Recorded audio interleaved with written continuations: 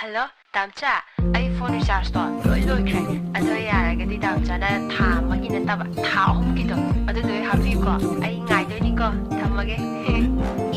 Thôi nanga nushinaru badai shen tumba ngamdre nangi sarai inna bahot na badalawai shamse kele.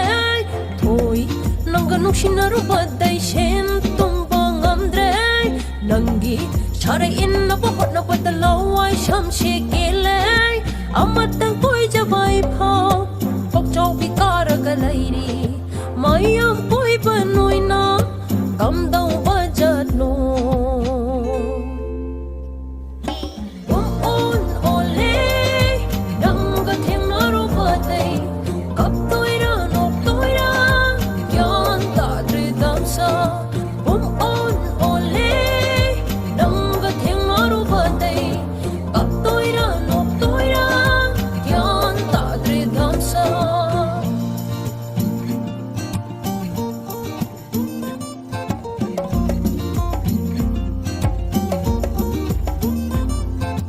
Yausang matam yauragle amadi soidana hairaglani. Hello, Damcha.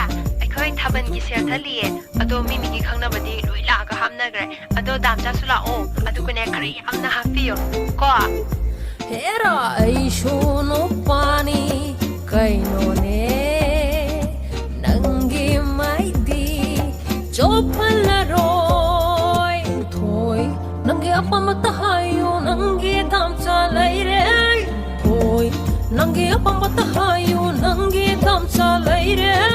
Kari chaningi hayo kadai de kurusige hayo.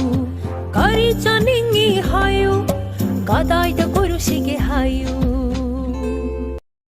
Hello, Damcha.